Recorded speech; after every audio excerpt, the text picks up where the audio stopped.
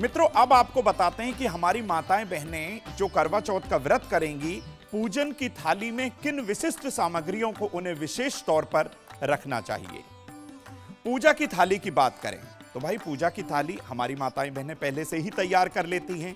उसमें विशेष तौर पर शुद्ध रोली जो कि पहले से इस्तेमाल की हुई ना हो, साबुत सफेद चावल, आपको खंडित चावल इसमें नहीं रखने हैं, शुद्ध घी का एक दीपक, थोड़े से फल, लाल या पीले रंग के फूल, थोड़े से शुद्ध बताशे, सुहाग का सामान और जल से भरा हुआ एक कलश जिसमें एक ड्रॉप जो है उसमें आप गंगा जल मिला सकते हैं।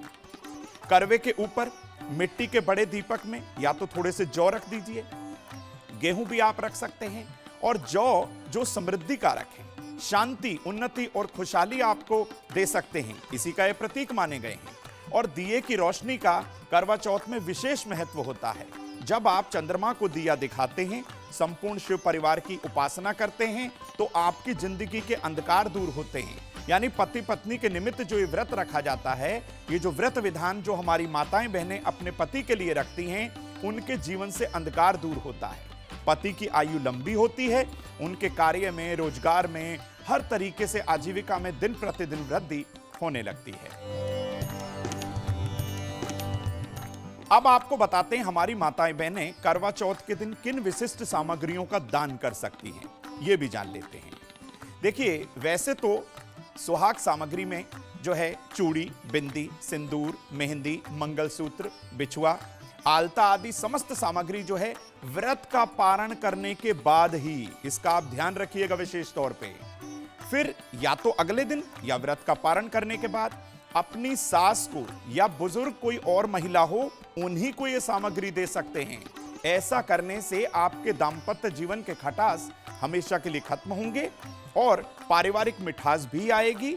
आपके संबंध परिवारजन के साथ ही अपने मित्रों से, अपने सगे संबंधियों से भी इन तमाम सामग्रियों का दान करने से संबंध में सुधार आएगा।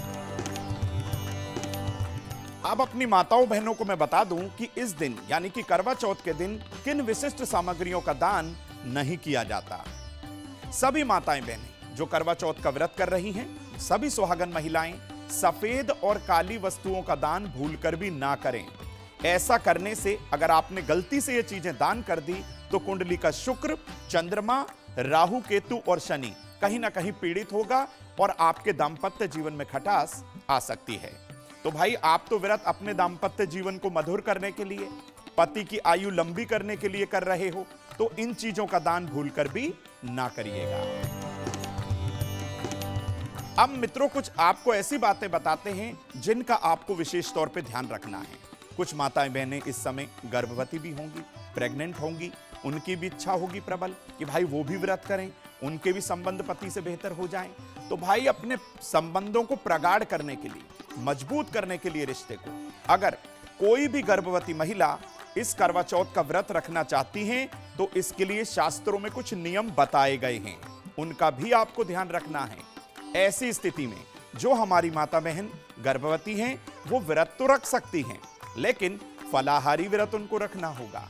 सारा दिन निराहार आपको नहीं रहना है, फलाहार खाने की आपको स्पेशली छूट है।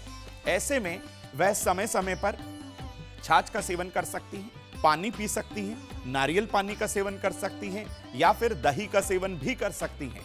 और फलों का सेवन वो करेंगी तो कहीं ना कहीं मन भी अच्छा रहेगा और संबंध भी बेहतर होंगे।